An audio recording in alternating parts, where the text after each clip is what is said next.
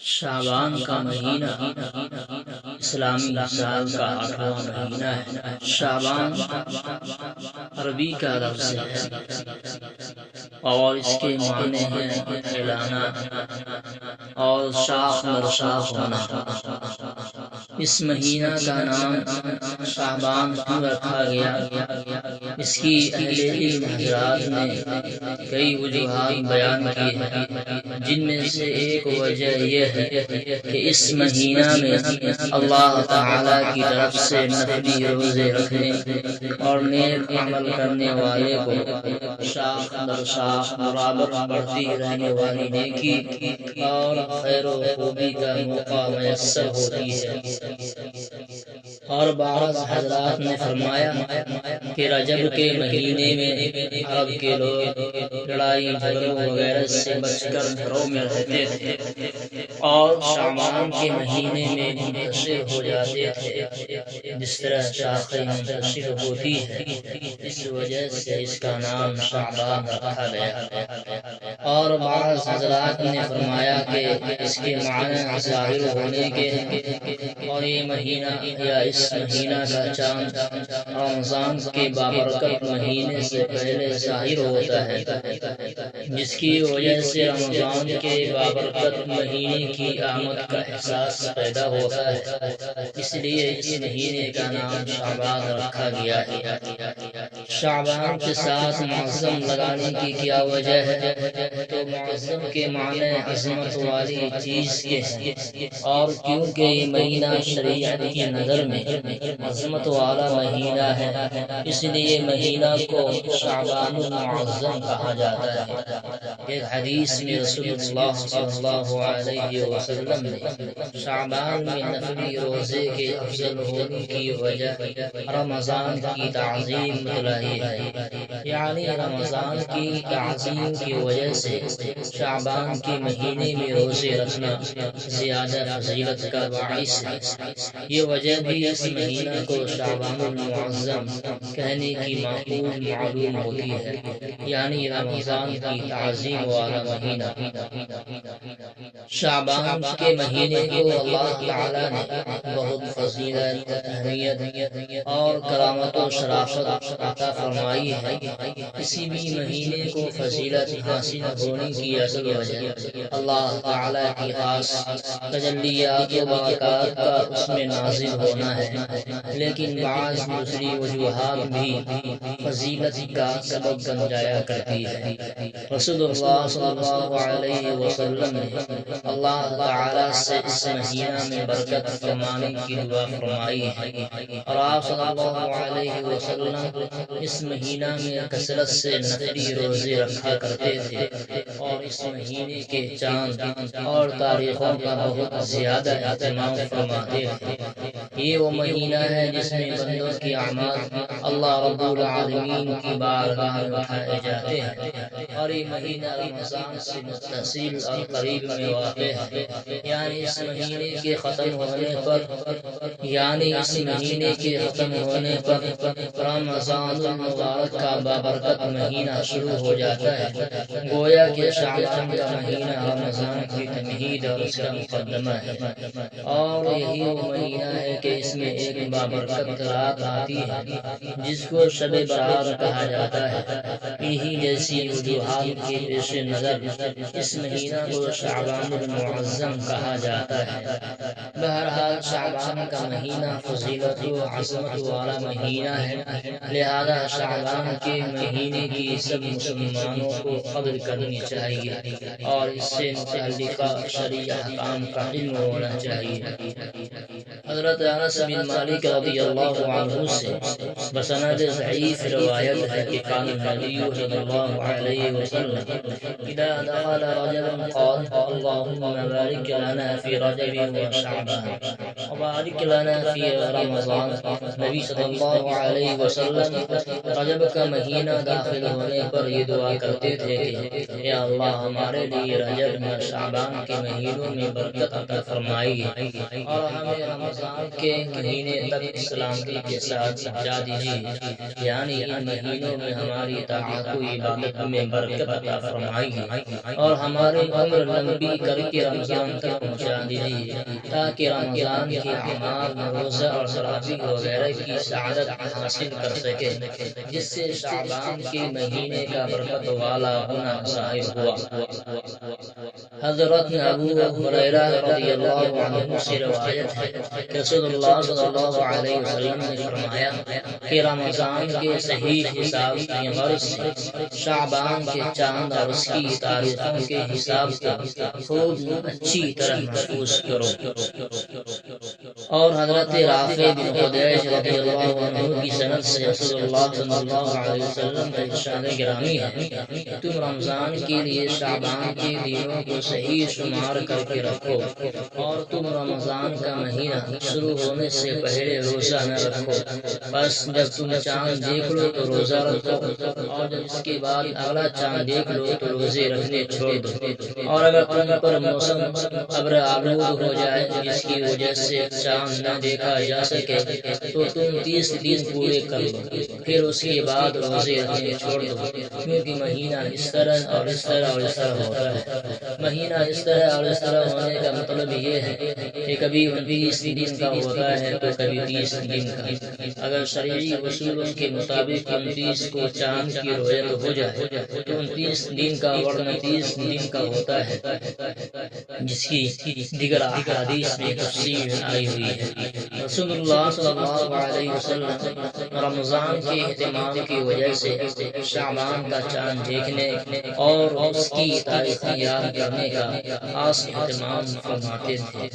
اس قسم کی احادیث سے معلوم ہوتا ہے کہ رمضان کی خاطر شعبان کا چاند دیکھنے اور اس کی تاریخیں یاد رکھنے کی بھی خاص فکر اور خاص اہتمام کرنا چاہیے۔ اور جب شعبان کے مہینے کے 29 دن ہو جائے تو رمضان کا چاند دیکھنے کی پوری کوشش کرنی چاہیے۔ ماہ شعبان اور اس مہینے میں نفلی روزوں کی فضیلت کیا ہے، تو آئیے حضرت عائشہ رضی اللہ عنہا سے روایت ہے کہ رسول اللہ صلی اللہ علیہ وسلم کبھی نفل روزے اتنی کثرت سے رکھتے تھے کہ ہم کہتے تھے کہ اب آپ روزے رکھنا ختم نہیں کریں گے، اور کبھی نفل روزے نہ رکھنے پر آتے تو ہم کہتے کہ اب آپ نفل روزہ نہ رکھیں گے۔ اور میں نے رسول اللہ صلی اللہ علیہ وسلم کو رمضان کے علاوہ کسی اور مہینہ کی مکمل روزے رکھتے ہوئے نہیں دیکھا، اور میں نے رسول اللہ صلی اللہ علیہ وسلم کو شعبان کے علاوہ اور کسی مہینے میں کثرت سے نفلی روزے رکھتے ہوئے نہیں دیکھا۔ اس حدیث شریف کی ابتدائی جملوں کا مطلب یہ ہوتا ہے کہ رسول اللہ صلی اللہ علیہ وسلم ہمیشہ نفل روزہ نہیں رکھا کرتے تھے، بلکہ اس سلسلے میں رسول اللہ صلی اللہ علیہ وسلم کا مبارک عمل یہ تھا کہ کبھی تو مسلسل کافی عرصہ تک نفل روزے رکھتے تھے، یہاں تک کہ رسول اللہ صلی اللہ علیہ وسلم کی روزوں کی اس کثرت اور تسلسل کو دیکھ کر لوگ سمجھنے لگتے تھے کہ اب نفل روزے رکھنے کا یہ سلسلہ شاید ختم نہ کرے۔ اور کبھی ایسا ہوتا کہ رسول اللہ صلی اللہ علیہ وسلم مسلسل کافی عرصہ تک نفل روزہ رکھتے ہی نہیں، یہاں تک کہ لوگ سوچتے کہ شاید آپ اب کبھی نفل روزہ رکھیں گے ہی نہیں۔ اور رمضان کے پورے مہینے کے علاوہ رسول اللہ صلی اللہ علیہ وسلم شعبان کے مہینے میں کثرت سے روزے رکھا کرتے تھے، جس کی مزید تفصیل آگے آئے گی۔ اور حضرت عائشہ رضی اللہ عنہا کی ایک روایت میں ہے کہ میں نے نبی صلی اللہ علیہ وسلم کو رمضان کے علاوہ کسی مہینہ میں شعبان سے زیادہ روزے رکھتے ہوئے نہیں دیکھا۔ آپ کچھ دنوں کے علاوہ پورے ہی شعبان کے مہینے کے روزے رکھتے تھے، بلکہ پورے مہینے کے روزے رکھا کرتے تھے۔ اور حضرت عائشہ رضی اللہ عنہا سے روایت ہے کہ رسول اللہ صلی اللہ علیہ وسلم کو نفل روزے رکھنے کے اعتبار سے شعبان کا مہینہ زیادہ پسند تھا، بلکہ رسول اللہ صلی اللہ علیہ وسلم شعبان کے روزوں کو رمضان کے مہینے تک رکھتے تھے۔ مطلب یہ ہے کہ رسول اللہ صلی اللہ علیہ وسلم شعبان کے اکثر دنوں میں رمضان کا مہینہ شروع ہونے کے قریب تک روزے رکھتے تھے، اور بعض حضرات نے فرمایا کہ اس کا مطلب یہ ہے کہ نبی صلی اللہ علیہ وسلم ایک سال تو شعبان کے پورے مہینے اور دوسرے سال شعبان کے اکثر دنوں میں نفل روزے رکھا کرتے تھے۔ اور حضرت اسامہ بن زید رضی اللہ عنہ سے روایت ہے کہ میں نے رسول اللہ صلی اللہ علیہ وسلم سے عرض کیا کہ اللہ کے رسول، شعبان کے مہینے میں جتنے آپ نفل روزے رکھتے ہیں، میں نے آپ کو کسی اور مہینے میں اتنے نفلی روزے رکھتے نہیں دیکھا۔ رسول اللہ صلی اللہ علیہ وسلم نے ارشاد فرمایا کہ رجب رمضان کے درمیان وہ مہینہ ہے جس سے لوگ غافل ہو جاتے ہیں، اور اس مہینے میں اعمال رب العالمین کی بارگاہ میں اٹھائے جاتے ہیں۔ تو میں یہ چاہتا ہوں کہ جب میرے اعمال اٹھائے جائیں تو میں روزے سے شعبان کے بعد آنے والا رمضان المبارک کا مہینہ جو ہے ہی برکتوں اور رحمتوں کا مہینہ، اور شعبان سے پہلے رجب کا مہینہ ان مہینوں میں سے جن کی تعظیم اسلام سے پہلے بھی کی جاتی تھی، یعنی ذوالقعدہ، ذوالحجہ، محرم اور رجب۔ اور ان دونوں مہینوں یعنی رجب اور رمضان کی فضیلت لوگوں کو معلوم تھی، مگر ان کے درمیان والے شعبان کے مہینے کی فضیلت و اہمیت سے غفلت اختیار کرتے تھے۔ اس لیے نبی صلی اللہ علیہ وسلم نے فرمایا کہ شعبان کا مہینہ ان دونوں یعنی رجب اور رمضان کی بابرکت مہینوں کے درمیان ہے۔ نیز اس مہینے میں لوگوں کے اعمال بھی اللہ تعالیٰ کی بارگاہ میں پیش کیے جاتے اور اٹھائے جاتے ہیں، اور اسی لیے رسول اللہ صلی اللہ علیہ وسلم رمضان کی تعظیم شعبان کے روزوں کے ذریعے فرماتے تھے، جیسا کہ حدیث میں آتا ہے۔ اس تفصیل سے شعبان کے مہینے اور اس میں نفل روزوں کی فضیلت معلوم ہوتی ہے۔ اور حضرت انس رضی اللہ عنہ سے مروی ہے کہ نبی صلی اللہ علیہ وسلم سے سوال کیا گیا کہ رمضان کے بعد افضل روزہ کون سا ہے؟ تو نبی صلی اللہ علیہ وسلم نے فرمایا شعبان کا روزہ، رمضان کی تعظیم اور احترام کی وجہ سے۔ پھر معلوم کیا گیا کہ افضل صدقہ کون سا ہے؟ نبی صلی اللہ علیہ وسلم نے فرمایا کہ رمضان میں صدقہ کرنا۔ یہ حدیث سند کے اعتبار سے اگرچہ محدثین کے نزدیک ضعیف ہے، مگر شعبان کے مہینے کی نفس فضیلت کے اعتبار سے اس حدیث کے قبول کر لینے میں کوئی حرج نہیں معلوم ہوتی ہے۔ اور حضرت عائشہ رضی اللہ عنہا ہی کی ایک اور سند سے مروی ہے کہ رسول اللہ صلی اللہ علیہ وسلم پورے شعبان کے روزے رکھتے تھے، یہاں تک کہ ان کو رمضان کے ساتھ ملا دیتے تھے، اور رمضان کے علاوہ کسی اور پورے مہینے کے روزے نہیں رکھتے تھے سوائے شعبان کے۔ اس میں پورے مہینے کے روزے رکھتے تھے۔ میں نے عرض کیا یا اللہ کے رسول، روزے رکھنے کے لیے آپ کو تمام مہینوں سے زیادہ شعبان کا مہینہ پسند ہے؟ رسول اللہ صلی اللہ علیہ وسلم نے فرمایا کہ بے شک عائشہ کوئی جاندار بھی ایسا نہیں 20 سال فوت ہوتا ہو مگر اس کے فوت ہونے کے وقت کو شعبان کے مہینے میں لکھ دیا جاتا ہے، اور مجھے یہ بات پسند ہے کہ میرے فوت ہونے کے وقت کو اس حال میں لکھا جائے کہ میں اپنے رب کی عبادت اور نیک عمل یعنی روزہ وغیرہ میں مشغول ہوں۔ اس حدیث کی سند میں کچھ ضعف پایا جاتا ہے، لیکن دوسری سندوں سے مروی روایات یہ حدیث حسن کے درجے میں داخل اور صلاحیت ہونے کا درجہ رکھتی ہے۔ اور حضرت عائشہ رضی اللہ عنہا کی ایک اور سند ہی سے مروی ہے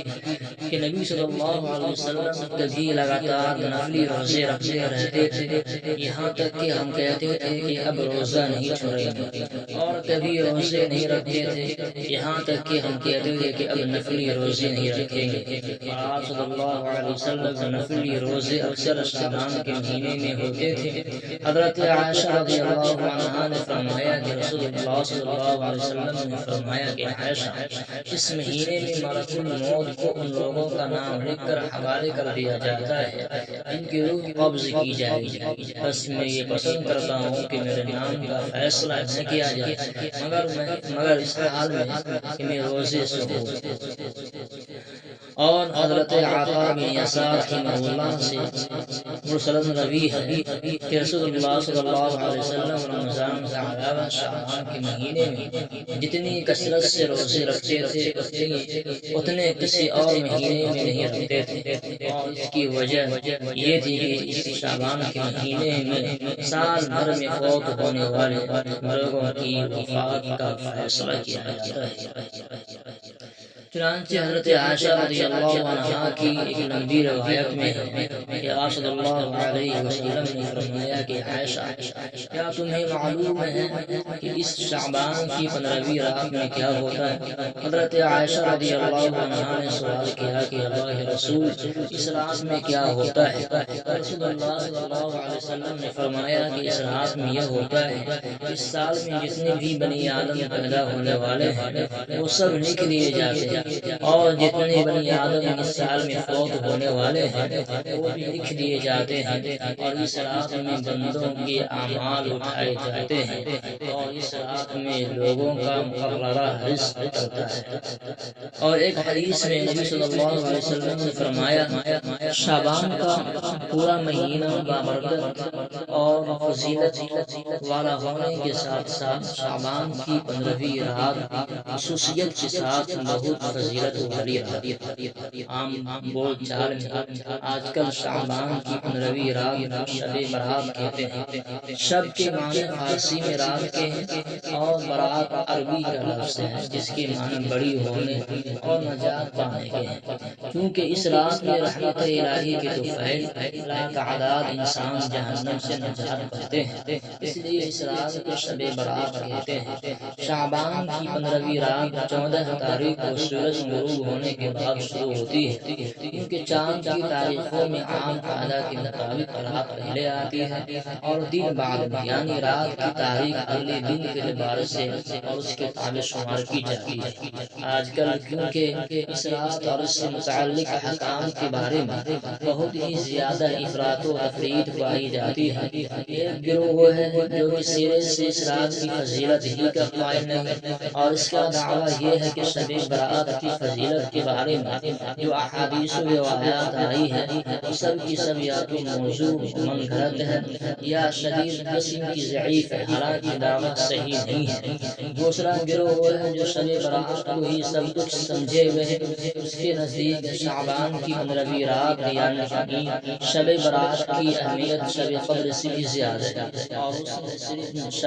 شعبان کی 15ویں رات میں جاگ لینے اور عبادت کر لینے کو ہی دنیا اور آخرت کی کامیابی اور نجات کا ذریعہ خیال کر رکھا ہے، اور شریعت کے دوسرے ضروری درجہ کے حکام کو نظر انداز کر رکھا ہے، جس کا نتیجہ یہ ہے کہ شریعت کے دوسرے حکام میں نہ حلال و حرام کی فکر ہے، اور نہ فرائض و واجبات کا اہتمام ہے، نہ حقوق اللہ کی فکر ہے، اور نہ حقوق العباد کی فکر ہے۔ تیسرا گروہ ہے جس نے اس رات کی فضیلت کے نام پر بے شمار بدعتیں اور رسمیں ایجاد کر لی ہے، اور ان رسموں کو انجام دینے کا نام ہی شب برات رکھ لیا ہے، حالانکہ یہ دونوں گروہ بھی سخت غلطی پر ہے، اور اس بارے میں صحیح اور معتدل نقطۂ نظریہ یہ ہے کہ شعبان کی 15ویں رات کی فضیلت کی احادیث و روایات کو مجموعی طور پر قبول اور اس میں عبادت کے مستحب ہونے کے وجود کو تسلیم کیا جائے، لیکن اس رات کی عبادت کو صرف مستحب درجہ کا عمل سمجھا جائے، اس کو فرائض اور واجبات سے زیادہ اہمیت نہ دی جائے، اور شعبان کی 15ویں رات کے بارے میں جو چیزیں شریعت سے ثابت ہیں ان کو اپنے اپنے مقام پر رکھ کر انجام دیا جائے، اور افراط و تفرید سے بچا جائے۔ حضرت عائشہ رضی اللہ عنہا سے لمبی حدیث رسول اللہ صلی اللہ علیہ وسلم کا ارشاد گرامی ہے کہ اللہ عز و جل 15 شعبان کی رات میں آسمانی دنیا کی طرف نزول فرماتے ہیں، پھر بنو کلب یعنی قبیلہ کی بکریوں کے بالوں کی تعداد سے بھی زیادہ لوگوں کی بخشش فرماتے ہیں، اور حضرت عائشہ رضی اللہ عنہا کی ایک دوسری سند سے مروی لمبی روایت کے آخر میں یہ الفاظ ہے کہ 15 شعبان کی رات ہے۔ اللہ عز و جل 15 شعبان کی رات میں اپنے بندوں پر توجہ یعنی خصوصی رحمت کی نظر فرماتے ہیں، بس بخشش چاہنے والوں کی بخشش فرماتے ہیں اور رحم چاہنے والوں پر رحم فرماتے ہیں، اور کینہ و بغض رکھنے والوں کو ان کی حالت پر چھوڑ دیتے ہیں۔ اور حضرت عائشہ رضی اللہ عنہا کی ایک لمبی روایت کے آخر میں یہ الفاظ ہیں کہ رات 15 شعبان کی رات ہے جس میں اللہ تعالی آسمانی دنیا کی طرف نزول فرماتے ہیں، بس اپنے بندوں کی بخشش فرماتے ہیں سوائے مشرک اور بغض اور کینہ رکھنے والے کی۔ اس موقع پر یہ بات بھی یاد رکھنی چاہیے کہ اللہ تعالی جسم مادی سے پاک ہے، اس لیے اللہ تعالی کے آسمانی دنیا پر نزول فرمانے کو مادی چیزوں کے مطابق سمجھنا درست نہیں، بس عافیت و سلامتی اسی میں ہے کہ اللہ تعالی کے آسمانی دنیا پر اپنے شان کے مطابق نزول فرمانے پر ایمان رکھا جائے اور اس کی پوری حقیقت کو اللہ تعالی کے سپرد کیا جائے کہ اس کی پوری حقیقت سے اللہ تعالی ہی واقف ہے۔ لیکن کئی روایات میں شعبان کی 15ویں رات میں اللہ تعالی کے بندوں کی طرف نظر رحمت فرمانے کا ذکر ہے، اس لیے اہل علم حضرات نے شعبان کی 15ویں رات میں اللہ تعالی کے نزول فرمانے کا یہ مطلب بیان فرمایا ہے کہ اللہ تعالی کی خصوصی رحمت بندوں کی طرف اترتی ہے اور اللہ تعالی کی مہربانی اور بخشش بندوں پر زیادہ ہوتی ہے، اور اللہ تعالی بندوں کی دعا کو منظور اور توبہ کو قبول فرماتے ہیں۔ اور یوں تو صحیح احادیث کی روح سے دوسری راتوں میں بھی اللہ تعالی نزول فرماتے ہیں، چنانچہ حضرت ابو ہریرہ رضی اللہ عنہ سے روایت ہے کہ رسول اللہ صلی اللہ علیہ وسلم نے فرمایا کہ ہمارے رب تبارک و تعالی ہر رات آسمانی دنیا پر نزول رحمت فرماتے ہیں، جب رات کا آخری تہائی حصہ باقی رہ جاتا ہے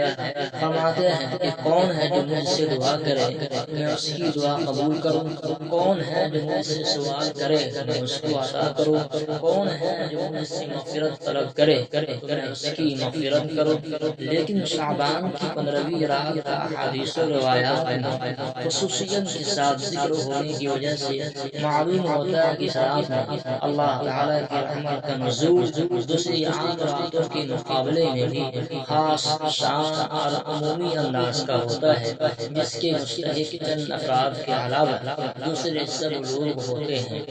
اب آتے ہیں کہ اس مبارک رات کی فضیلت سے محروم رہنے والے کون کون لوگ ہیں، تو آپ کو میں بتلاؤں کہ اس میں یہ 15 شعبان کی 15ویں رات کی فضیلت اور اس رات میں عبادت کی اہمیت آپ کو معلوم ہو چکی ہے،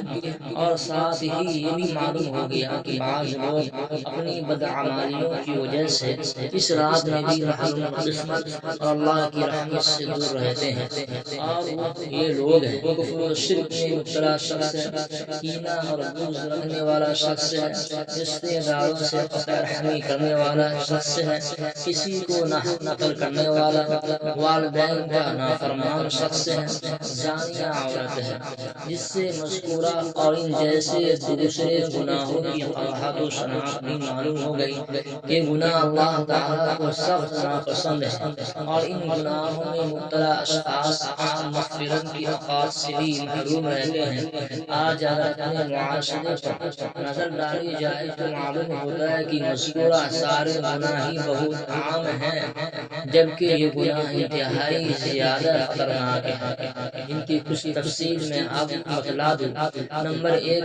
کفر و شرک ہے۔ ایمان کے لیے جن چیزوں کا پایا جانا ضروری ہے ان میں سے کسی کا انکار کرنا کفر ہے اور ایسا شخص کافر ہے، اور شرک کے معنی ہے کہ اللہ تعالیٰ کی ذات یا صفات میں کسی غیر کو شریک ٹھہرانا، اور شرک دراصل توحید کی ضد ہے۔ اس اعتبار سے سے شرک بھی کفر کی ایک قسم ہے، یعنی جن چیزوں سے کفر لازم آتا ہے ان میں سے ایک چیز اور ایک سبب شرک بھی ہے۔ شرک کرنے والا اگر اسی حال میں فوت ہو گیا تو اس کی کسی حال میں مغفرت نہیں ہوگی، چنانچہ اللہ تبارک و تعالیٰ کا ارشاد ہے ان اللہ لا یغفر ان یشرک بہ ویغفر ما دون ذلک لمن یشاء ومن یشرک باللہ فقد ضل ضلالا بعیدا۔ اللہ تعالیٰ کی ذات و صفات میں کسی بھی غیر اللہ کو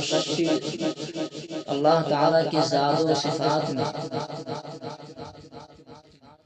اللہ تعالیٰ کی ذات و صفات میں کسی بھی غیر اللہ کو شریک کرنا شرک ہے، جو کہ کفر کی ایک قسم ہے۔ اللہ کی ذات میں شریک کرنے کا مطلب یہ ہے کہ اللہ تعالیٰ کی ربوبیت اور خدائی میں کسی غیر اللہ کے شریک ہونے کا عقیدہ رکھا جائے۔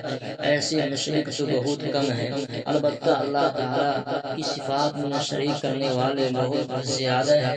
اور صفات میں شریک کرنے کا مطلب یہ ہے کہ اللہ کی خاص صفات جو اللہ تعالیٰ ہی کے لیے ثابت ہے ان میں کسی غیر اللہ کو شریک ٹھہرایا ہے۔ شرک کی بڑی بڑی چند صورتیں یہ ہے۔ شرک فی العبادات، نمبر 1 میں شرک فی العبادات، یعنی جو کام اللہ تعالیٰ نے اپنی تعظیم اور بڑائی کے لیے مقرر فرمائے ہیں، مثلا نماز ہے، رکوع ہے، سجدہ ہے، طواف ہے، روزہ ہے، قربانی ہے، نذر و منت ہے، ذکر و وظیفہ اور دعا وغیرہ ہے، ان میں سے کوئی عمل غیر اللہ کے لیے شرک فی العبادت کہلاتا ہے۔ اللہ کا ارشاد ہے وَقَضَىٰ رَبُّكَ أَلَّا تَعْبُدُوا إِلَّا إِيَّاهُ، اور آپ کے رب نے یہ فیصلہ فرما دیا ہے کہ آپ اس کے علاوہ کسی اور کی عبادت نہ کریں۔ اور دوسری قسم شرک فی القدرت و تصرف ہے، یعنی اللہ تعالیٰ قادر مطلق ہے، کوئی چیز اللہ تعالیٰ کی قدرت سے باہر نہیں ہے، وہ ہر چیز پر قادر ہے، لہذا غیر اللہ کے بارے میں عقیدہ رکھنا کہ وہ روزی، اولاد، بارش، زندگی، موت، حاجت روائی اور مشکل کشائی وغیرہ پر قادر ہے، ایسا عقیدہ شرک فی القدرت و تصرف کہلاتا ہے۔ قرآن مجید میں اللہ تعالیٰ کے ارشاد ہے قُلْ لَا أَمْلِكُ لِنَفْسِي نَفْعًا وَلَا ضَرًّا إِلَّا مَا شَاءَ اللَّهُ وَلَوْ كُنْتُ أَعْلَمُ الْغَيْبَ لَاسْتَكْثَرْتُ مِنَ الْخَيْرِ وَمَا مَسَّنِيَ السُّوءُ إِنْ أَنَا إِلَّا نَذِيرٌ وَبَشِيرٌ لِقَوْمٍ يُؤْمِنُونَ۔ اور نمبر 3 پر شرک فی العلم ہے، اللہ تعالیٰ کا علم غیب ہے، یعنی اللہ تعالیٰ کو ہر چیز کا علم ہے۔ غیر اللہ کے بارے میں عقیدہ رکھنا کہ ہر چیز اس کے علم میں ہے اور اس کو ہر چیز کی خبر ہے، یا وہ ہر چیز کو دیکھتا اور ہر بات و پکار کو سنتا ہے، یہ شرک فی العلم کہلاتا ہے۔ قرآن مجید میں اللہ نے فرمایا ہے کہ وَإِنَّهُ مَفَاتِحُ الْغَيْبِ لَا يَعْلَمُهَا إِلَّا هُوَ يَعْلَمُ مَا فِي الْبَرِّ وَالْبَحْرِ وَمَا تَسْقُطُ مِنْ وَرَقَةٍ إِلَّا يَعْلَمُهَا وَلَا حَبَّةٍ فِي ظُلُمَاتِ الْأَرْضِ وَلَا رَطْبٍ وَلَا يَابِسٍ إِلَّا فِي كِتَابٍ مُبِينٍ۔ تو ابھی ہم نے آپ کے سامنے شرک کی قسم کی اور اس کی تفصیل بھی بتلا دی۔ اب آتے ہیں دوسری قسم پر جن کی مخصوص نہیں ہوتی ہے، وہ کینہ اور بغض ہے۔ بغض اور کینہ کو سمجھنا چاہیے کہ بغض اور کینہ کسے کہتے ہیں۔ بغض کینہ اسے کہتے ہیں کہ جس پر غصہ اور ناگواری ہو اور اس سے بدلہ لینے کی قوت نہ ہو، تو اس کے دل میں غصہ روکنے یا ضبط کرنے سے دل پر ایک قسم کی گرانی و ناگواری ہوتی ہے۔ اسی گرانی و ناگواری کا نام بغض و کینہ ہے، جو کہ عام طور پر غصہ سے پیدا ہوتا ہے۔ کسی مسلمان سے بغض و کینہ صرف ایک عیب و گناہ نہیں ہے، بلکہ بہت سے گناہوں کا بیج ہے، اس لیے اس سے ہر مسلمان کو بچنے کی کوشش کرنی چاہیے اور عفو و درگزر سے کام لینا چاہیے۔ اللہ خذ العفو وامر بالعرف وعارض عن الجاہلین۔ اور اسی طریقے سے المشاحین کا لفظ آیا ہے حدیث کے اندر. المشاحین کے معنی کہا ہے کہ هو المصارف. جب شب قدر ہوتی ہے تو اللہ تعالی جبرائیل علیہ السلام کو حکم دیتے ہیں، چنانچہ وہ فرشتوں کے جمگھٹے میں زمین کی طرف اترتے ہیں. ان فرشتوں کے پاس سبز جھنڈے ہوتے ہیں جو وہ بیت اللہ کی چھت پر گاڑ دیتے ہیں. جبرائیل امین کے 100 پر ہیں جن میں سے وہ 2 پر صرف اسی رات میں کھولتے ہیں اور وہ 2 پر مشرق و مغرب سے آگے بڑھ جاتے ہیں. جبرائیل امین اس رات فرشتوں کو پوری زمین پر پھیلا دیتے ہیں اور منتشر کر دیتے ہیں. چنانچہ فرشتے ہر اس بندے پر سلام کرتے ہیں جو کھڑا ہو یا بیٹھا ہو اور ذکر اللہ میں مشغول ہو، اور ان لوگوں سے مصافحہ کرتے ہیں اور ان کی دعاؤں پر آمین کہتے ہیں یہاں تک کہ صبح ہو جاتی ہے. پھر جب صبح ہوتی ہے تو جبرائیل امین فرشتوں میں اعلان کرتے ہیں اے فرشتوں کے گروہ، بس اب چلتے بڑھو، کچھ کرو. فرشتے عرض کرتے ہیں اے جبرائیل، اللہ تعالیٰ نے امت محمدیہ کے مؤمنوں کی ضروریات کے بارے میں کیا فیصلہ فرمایا؟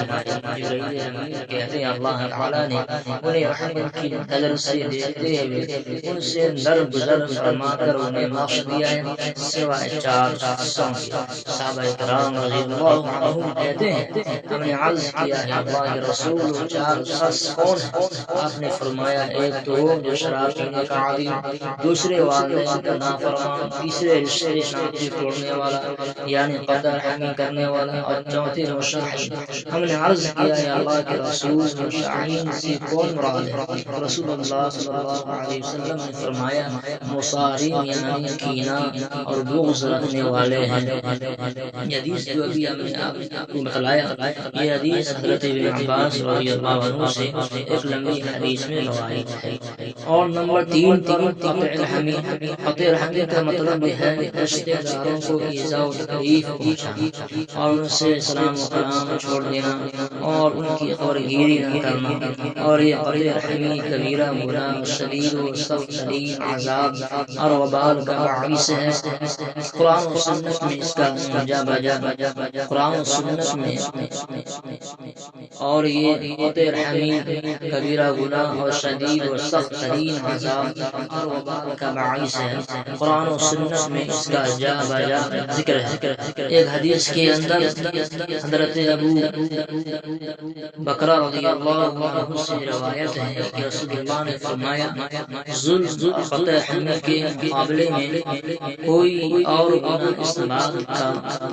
زیادہ ادا نہیں کہ اللہ تعالیٰ اس کے کرنے والوں کو دنیا میں ہی جلد سزا عطا فرمائے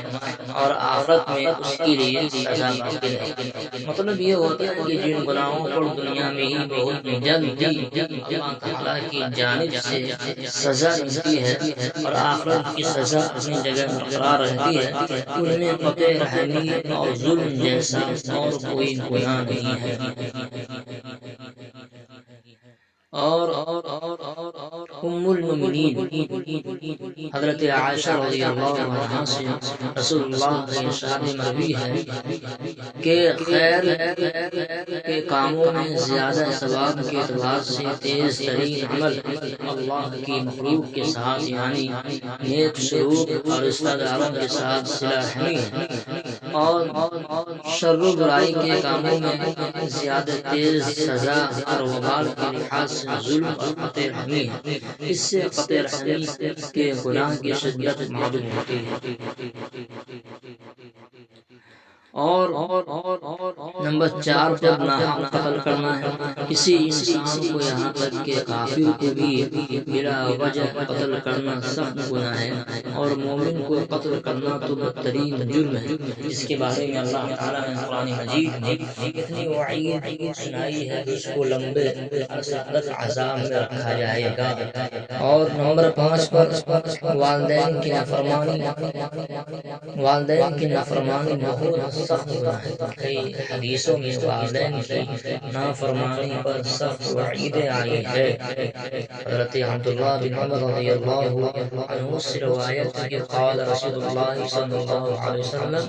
رضا اللہ فی رضا الوالد سخط اللہ فی سخط الوالد۔ رسول اللہ نے فرمایا اللہ کی رضامندی والد کی رضامندی میں ہے اور اللہ کی ناراضگی والد کی ناراضگی میں ہے۔ واضح ہے کہ والدین اگر خلاف شرع کسی کام کا حکم دے تو اس کام میں ان کی فرما برداری جائز نہیں ہے۔ حضرت ابو درداء رضی اللہ عنہ سے روایت ہے کہ میں نے رسول اللہ سے سنا، آپ نے ارشاد فرمایا والد جنت کے دروازوں میں سے 20 کا دروازہ ہے، بس اگر چاہو تو اس دروازہ کو ضائع کرو یا اس کی حفاظت کرو۔ جنت کے 20 کا دروازہ ہونے کا مطلب محدثین نے بیان فرمایا کہ جنت میں داخل ہونے کا بڑا اچھا دروازہ ہے اور والد کی اطاعت جنت میں داخلے کا بہترین ذریعہ ہے، بشرطے کہ وہ اطاعت شریع حدود میں ہو۔ ایک حدیث کے اندر آتا ہے کہ ایک دیہاتی نبی صلی اللہ علیہ وسلم کے پاس حاضر ہوا اور اس نے کہا اللہ کے رسول کبیرہ گناہ کیا ہے؟ تو رسول اللہ نے فرمایا کہ اللہ کے ساتھ شرک کرنا۔ اس نے کہا پھر کون سا گناہ کبیرہ ہے؟ تو رسول اللہ نے فرمایا والدین کی نافرمانی کرنا۔ نمبر 6 پر بدکار عورت کا ذکر آیا ہے۔ بدکار عورت سے مراد زانیہ عورت ہے۔ زنا بھی بدترین گناہ ہے جو عورت اس گناہ میں مبتلا ہو، اس کے لیے احادیث میں سخت وعیدیں آئی ہیں۔ آج کل بعض عورتیں نعوذ باللہ پیسے کی خاطر اس گناہ میں مبتلا پائی جاتی ہے۔ یہ دوہرا گناہ ہے اور ایسی کمائی بھی حرام ہے۔ حضرت عثمان بن ابی العاص رضی اللہ عنہ سے روایت ہے کہ نبی صلی اللہ علیہ وسلم نے فرمایا کہ آدھی رات میں آسمان کے دروازے کھول دیے جاتے ہیں، پھر ایک پکارنے والا پکارتا ہے کہ ہے کوئی دعا کرنے والا کہ جس کی دعا قبول کی جائے، کوئی سوال کرنے والا ہے جس کو عطا کیا جائے، کوئی بے چین حال ہے جس کی بے چینی کو دور کیا جائے۔ کوئی مسلمان بھی ایسا نہیں ہوتا جو اس وقت میں کوئی دعا کر رہا ہوتا مگر اللہ تعالیٰ اس کی دعا کو قبول فرماتے ہیں، سوائے زناکار عورت کے جو اپنے شرمگاہ کے ذریعے سے کمائی کرتی ہے یا ٹیکس لگانے والی۔ اور حضرت رافع بن خدیج رضی اللہ عنہ سے نبی صلی اللہ علیہ وسلم کے ارشاد مروی ہے کہ شر الکسب مہر البغی، شریر ترین کمائی زانیہ عورت کی زنا کی اجرت ہے۔ بس مذکورہ گناہوں میں مبتلا لوگوں کو چاہیے کہ ان سب گناہوں سے جتنی جلدی ہو سکے توبہ کریں اور اللہ تعالیٰ کو راضی کرنے کی کوشش کریں، بلکہ ہر قسم کے گناہگاروں کو چاہیے کہ شعبان کی اس مبارک رات سے پہلے ہی ہر قسم کے گناہوں سے سچے دل کے ساتھ توبہ کر لیں۔ اب بات آتی ہے کہ شعبان کی 15ویں رات میں شریعت کی جانب سے عبادت کا کوئی خاص طریقہ اور عبادت کی کوئی خاص قسم مقرر نہیں ہے اور شریعت کی طرف سے کوئی خاص عبادت یا نفلوں کی خاص مقدار اور خاص طریقہ اس رات کے لیے مخصوص نہیں کیا گیا ہے، بلکہ اس کو ہر شخص کی اپنی سہولت اور طبیعت کے ذوق پر چھوڑ دیا گیا۔ خواہ کوئی نفلیں پڑھے یا تلاوت کرے یا ذکر و تسبیح میں مشغول رہے یا درود شریف اور استغفار پڑھے یا دعا اور توبہ میں مصروف رہے، ہر طرح سے عبادت کی جا سکتی ہے۔ بعض لوگ اس رات میں خاص قسم کی عبادت کو اس رات کے لیے مخصوص سمجھتے ہیں، مثلا بعض لوگوں نے مخصوص عادات میں مخصوص طریقہ پر نفلیں پڑھنے کو مقصود یا ضروری سمجھا ہوا ہے، اور بعض لوگ اس رات میں باجماعت نفل نمازیں پڑھتے ہیں۔ یہ سب چیزیں غلط ہیں۔ نفل کی جماعت کرنا تو ویسے بھی منع ہے۔ اس طرح اس رات کی عبادت کے بارے میں ایک اہم بات یہ ہے کہ تنہائی میں اخلاص کے ساتھ جتنی توفیق ہو عبادت کی جائے، کیونکہ اس رات کی عبادت فرض نمازوں کی طرح اجتماعی انداز کی نہیں ہے بلکہ انفرادی اور خلوت والی ہے۔ اللہ تعالیٰ کا ایک عام دربار ہوتا ہے جیسے فرض نماز جماعت کے ساتھ، دوسرا خاص دربار جو خلوت اور تنہائی کا ہوتا ہے، اور اس رات میں اللہ تعالیٰ کا خاص دربار لگتا ہے۔ لہٰذا اس رات میں مسجدوں یا کسی دوسری جگہ میں جمع ہونے کے بجائے اپنے یہاں رہتے ہوئے عبادت کی جائے۔ بعض لوگ یہ سمجھتے ہیں کہ شب برات میں تمام رات جاگنا اور عبادت کرنا ضروری ہے، ورنہ اس کی فضیلت حاصل نہیں ہوگی۔ یہ بات صحیح نہیں، بلکہ اس رات میں تمام رات جاگنا ضروری نہیں ہے۔ اگر کوئی اس رات میں گناہوں سے بچتے ہوئے دوسرے دنوں کی بنسبت تھوڑی سی زیادہ عبادت کر لے، اس کو بھی انشاءاللہ اس رات کی فضیلت کا حصہ حاصل ہو جائے گا، کیونکہ اللہ تعالیٰ کے یہاں گھنٹے شمار نہیں ہوتے بلکہ اخلاص دیکھا جاتا ہے۔ تو اخلاص کے ساتھ لمحات بھی اللہ کے خاص دربار میں میسر آ گئے تو بہت بڑی نعمت اور دولت۔ اور ایک بات یہ بھی ہے کہ شعبان کی 15ویں رات کی فضیلت آپ کو معلوم ہو گئی، جس سے معلوم ہوا کہ اس رات میں حسب توفیق عبادت کرنی چاہیے، لیکن اس رات کی عبادت کا شریعت کی طرف سے کوئی خاص طریقہ مقرر نہیں ہے، اور نہ اس رات کی فضیلت کو حاصل کرنے کے لیے قبرستان جانا ضروری ہے۔ اب رہا یہ کہ اس رات میں قبرستان جانے کی شرعی حیثیت کیا ہے، تو حضرت عائشہ رضی اللہ عنہا کی ایک روایت میں حضور صلی اللہ علیہ وسلم کا اس رات میں قبرستان جانے کا ذکر ہے، اور وہ روایت سند کے لحاظ سے ضعیف ہے۔ اس کا ترجمہ یہ ہے کہ ایک رات میں نے رسول اللہ کو موجود نہ پایا، میں آپ کی جستجو میں نکلی تو رسول اللہ صلی اللہ علیہ وسلم بقیع قبرستان میں موجود تھے۔ آپ نے فرمایا، اے عائشہ، کیا تمہیں یہ اندیشہ ہے کہ اللہ اور اس کا رسول تم پر تمہاری باری کی حق تلفی وغیرہ کر کے زیادتی کر سکتے ہیں؟ میں نے عرض کیا، اللہ کے رسول، مجھے یہ خیال ہوا کہ شاید آپ اپنی دوسری ازواج مطہرات میں سے کسی کے پاس تشریف لے گئے۔ آپ صلی اللہ علیہ وسلم نے فرمایا کہ اللہ عز و جل شعبان کی 15ویں رات میں آسمانی دنیا کی طرف نزول فرماتے ہیں، پھر بنو کلب قبیلہ کی بکریوں کی بالوں کی تعداد سے بھی زیادہ لوگوں کی مغفرت فرما دیتے ہیں۔ اور حضرت عائشہ رضی اللہ عنہا کی مذکورہ روایت میں حضور صلی اللہ علیہ وسلم کے قبرستان جانے کے بارے میں بعض اہل علم حضرات نے فرمایا کہ رسول اللہ کا قبرستان جانا اس رات کی خصوصیت کی وجہ سے نہیں تھا، بلکہ آپ صلی اللہ علیہ وسلم کا اور راتوں میں بھی عام طور پر اس طرح کا معمول تھا، لہذا اس رات میں قبرستان جانا مستحب نہیں ہے۔ اور دوسری حضرت عائشہ رضی اللہ عنہا کی دوسری حدیث بھی ہے، جس حدیث کا ترجمہ یہ ہے کہ جب میری باری کی رات ہوتی، رسول اللہ صلی اللہ علیہ وسلم رات کے آخری حصہ میں بقیع قبرستان کی طرف تشریف لے جاتے اور فرماتے، السلام علیکم دار قوم مومنین، تمہارے اوپر سلام اے مومنوں کے گھر والوں۔ السلام کیا فرماتے ہیں؟ السلام علیکم دار قوم مومنین، تمہارے اوپر سلام ہو اے مومنوں کے گھر والوں، تمہارے ساتھ کیا گیا وعدہ آ چکا جو کل پاؤ گے یا ایک مدت کے بعد، اور ہم اگر اللہ نے چاہا تو تم سے ملنے والے ہیں، اے اللہ بقیع کی دعاؤں کی مغفرت فرما دیجیے۔ بس بعض اہل علم حضرات فرماتے ہیں کہ آپ کا 15ویں شعبان کی رات میں قبرستان جانا خاص اس رات کی وجہ سے نہیں تھا، دوسری راتوں کی طرح معمول کا حصہ تھا۔ بعض اہل علم حضرات تو شعبان کی 15ویں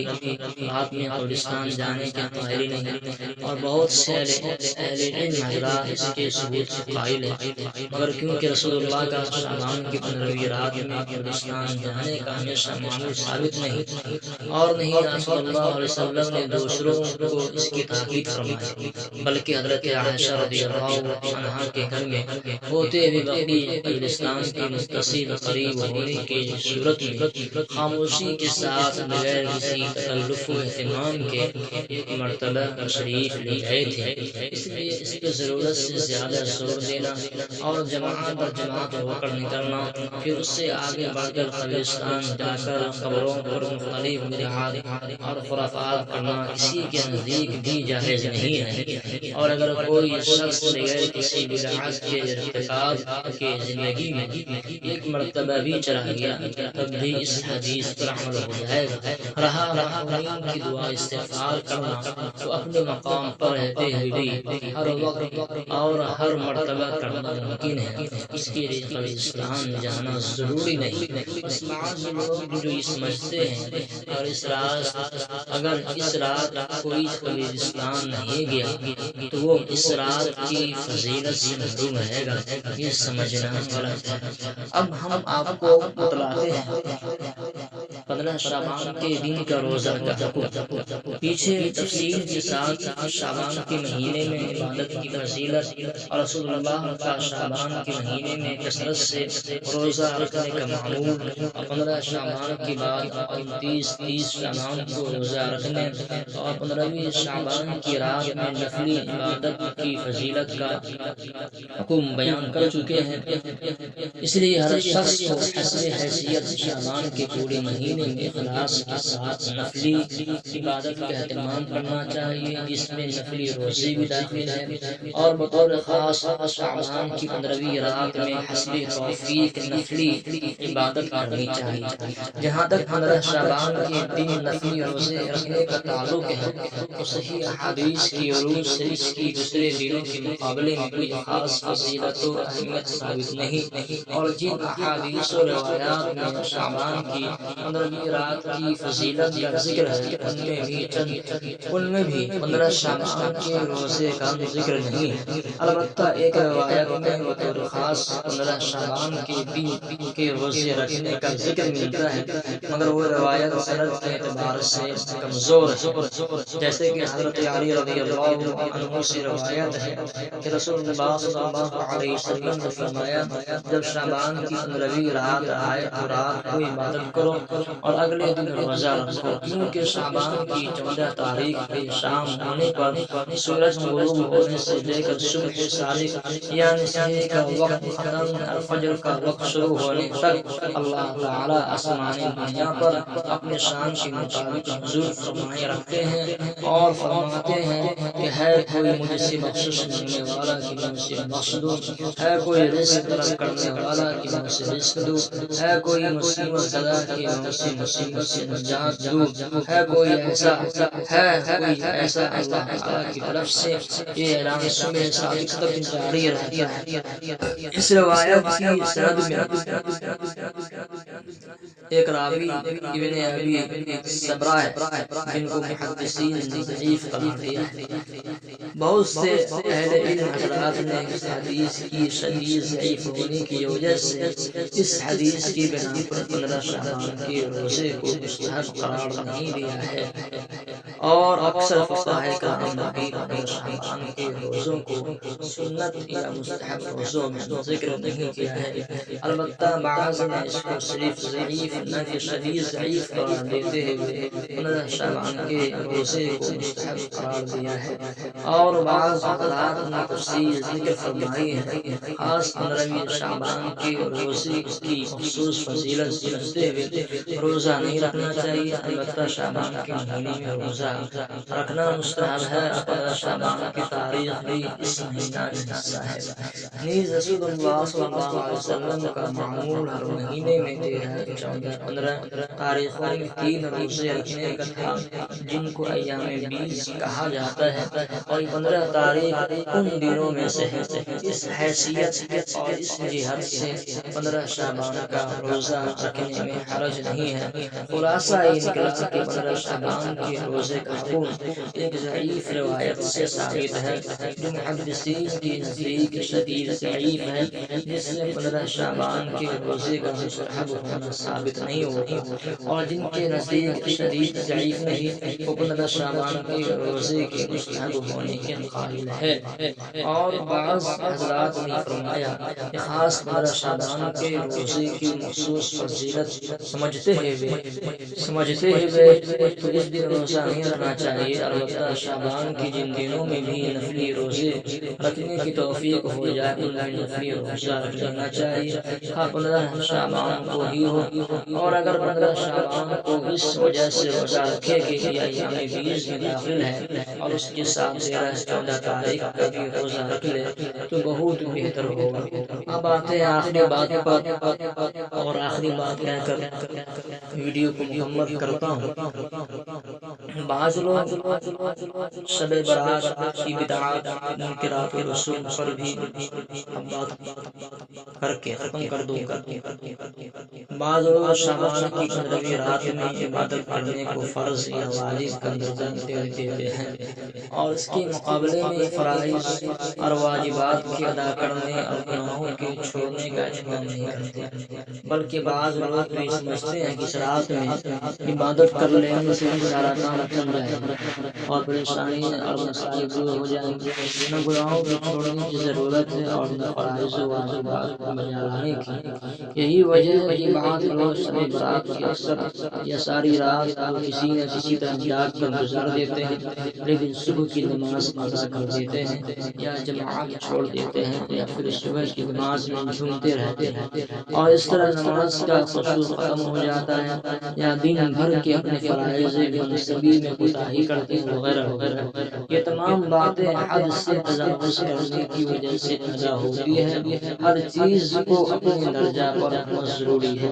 شب برات میں ساری رات جاگنا ضروری نہیں ہے، وقت پر نماز پڑھنا، مردوں کو جماعت کا اہتمام کرنا، نماز میں خشوع حاصل کرنا اور اپنے فرائض منصبی کو پورا کرنا، یہ تمام چیزیں ساری رات جاگنے سے زیادہ ضروری ہے۔ پہلے کئی مرتبہ یہ بات کہہ چکا ہوں کہ شعبان کی 15ویں رات میں عبادت کا درجہ زیادہ سے زیادہ مستحب ہے، فرض یا واجب نہیں، لیکن اس کے ساتھ فرض یا واجب جیسا برتاؤ کرنا اور اس کے مقابلے میں فرائض اور واجبات کی ادائیگی اور گناہوں کے چھوڑنے کو اہمیت نہ دینا، بلکہ الٹا یہ سمجھ لینا کہ صرف شعبان کی 15ویں رات میں عبادت کر لینے سے کام چل جائے گا اور راحت مل جائے گی، یا صرف اس کی وجہ سے بخشش و مغفرت ہو جائے گی، یہ سخت گمراہی اور غلطی ہے۔ خوب سمجھ لیجیے، قرآن حدیث اور عقل سلیم کا فیصلہ ہے کہ دنیا و آخرت کی مصیبتوں پریشانی سے حفاظت اور راحت و سکون کا اصل ذریعہ اللہ تعالیٰ کے احکامات پر چلنا اور نافرمانیوں سے بچنا اور گناہوں سے توبہ کرنا ہے۔ بس گناہوں سے بچیں اور فرائض و واجبات کی ادائیگی کے بغیر نفلی عبادات وغیرہ سے پوری طرح مقصد حاصل نہیں ہوتا۔ بعض لوگ شب برات اور شب قدر میں فرق نہیں کرتے اور ان دونوں کو ایک ہی چیز خیال کرتے ہیں۔ بعض لوگ وہ ہیں جو کہ شب برات اور شب قدر میں فرق تو کرتے ہیں لیکن دونوں کو ایک ہی درجہ اور مقام دیتے ہیں، بلکہ بعض لوگ تو شب برات کو شب قدر سے بھی زیادہ بڑا رتبہ دیتے ہیں۔ یہ تمام دریافت خیالات اور سوچیں غلط ہے، اور اس بارے میں صحیح بات یہ ہے کہ شب قدر کی فضیلت قرآن مجید اور شمار صحیح اور قوی احادیث سے ثابت ہے،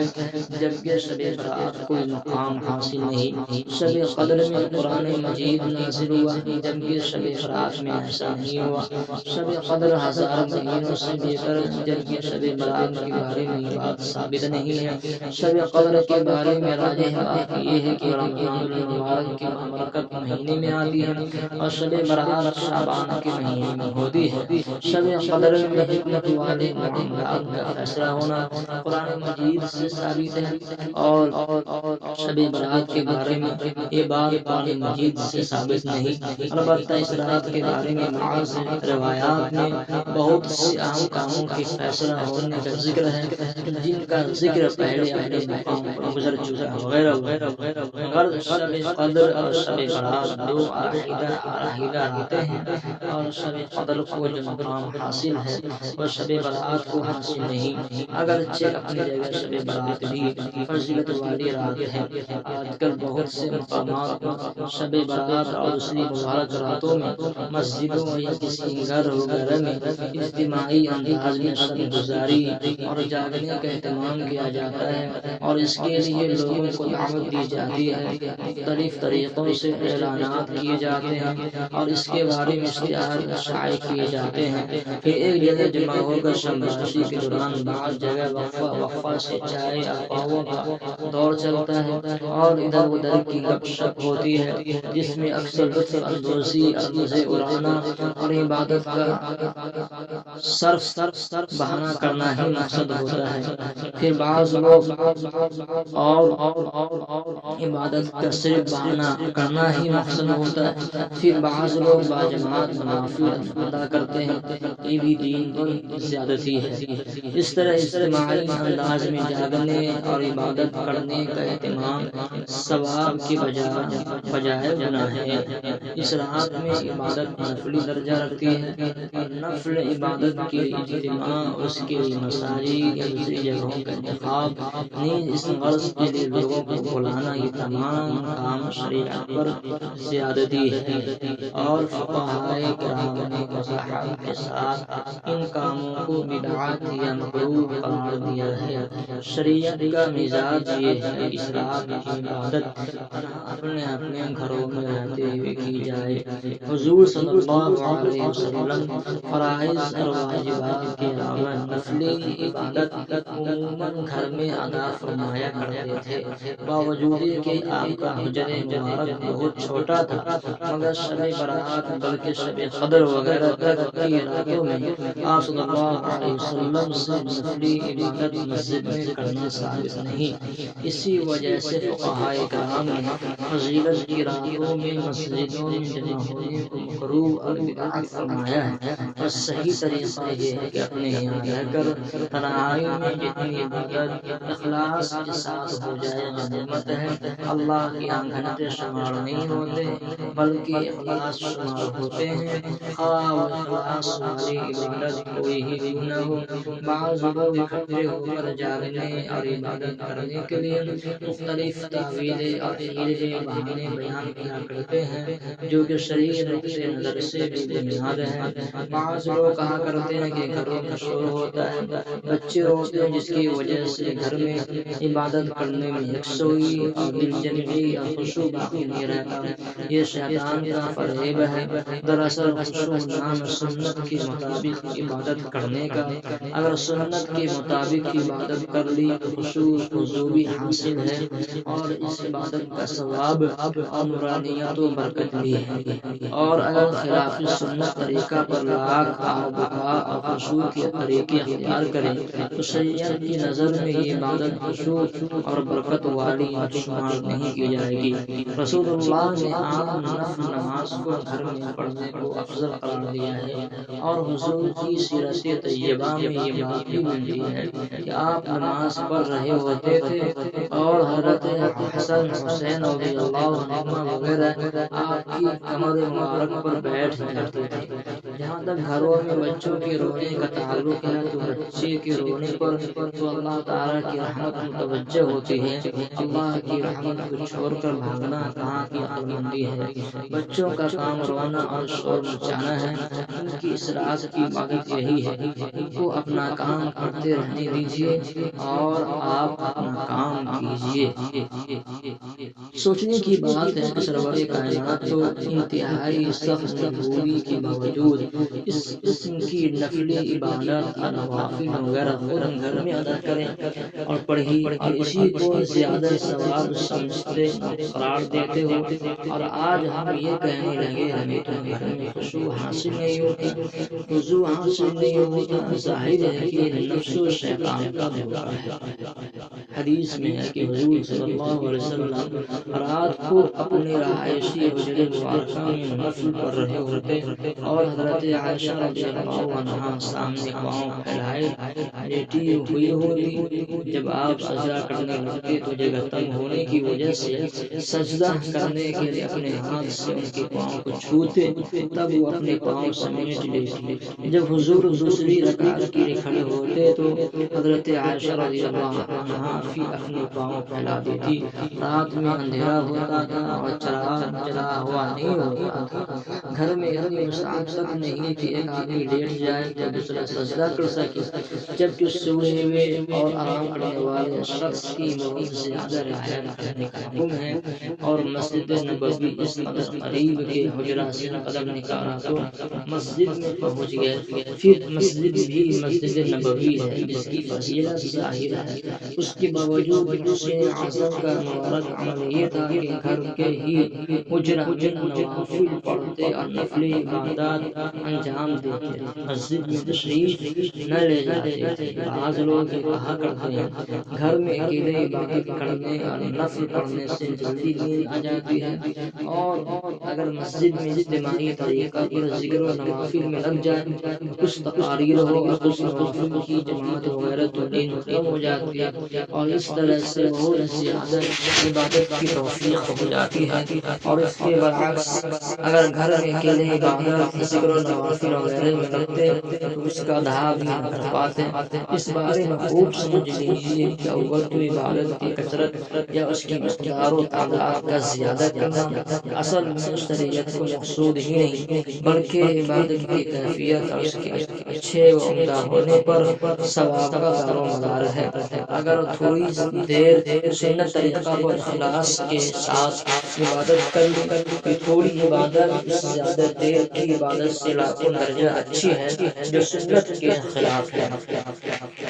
دوسرے شریعت نے خود اس کا انتظام کر دیا ہے۔ اب اس طرح کی صلاحات کے لیے کوئی ایک قسم کی عبادت مقرر اور خاص نہیں فرمائی، بلکہ مختلف قسم کی عبادات کے لیے ہر شخص کو آزاد چھوڑ دیا گیا ہے۔ خواہ کوئی نفل پڑھے یا ذکر کرے، خواہ تلاوت میں مشغول رہے، خواہ درود شریف و تسبیحات وغیرہ میں مصروف رہے، یا اپنی حیثیت کے مطابق مختلف عبادات میں لگ جائے، جیسا کہ اس کا بیان علیحدہ آ چکا ہے۔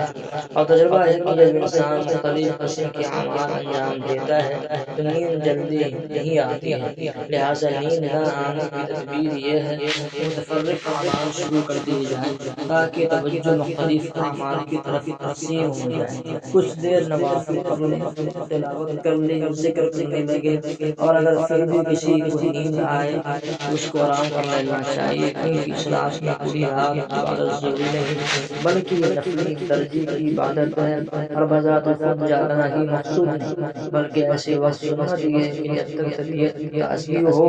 یہ عبادت میں مشغول رہے، اور جب تھکان ہو جائے اور نیند کا غلبہ ہو تو آرام کرو یا سو جائے، کیونکہ ایسی حالت میں سونے ہی میں فضیلت ہے اور اللہ تعالیٰ کو ربیت مطلوب ہے۔ سونے میں ہو یا جاگنے میں اپنے کو اللہ کے سپرد کر دے، جیسا حکم ہو وہی کرے، اتباع نفس کے لیے کچھ نہ ہو، اللہ کا جو حکم وہ کرے، یہ ہے عبودیت، اور باقی کوئی چیز اپنی ذات میں مقصود نہیں۔ بعض اوقات نماز پڑھنا منع ہو جاتا ہے اور سونا ضروری ہو جاتا ہے تو اس وقت کی عبادت سونا ہی ہوتی ہے۔ ٹھیک ہے،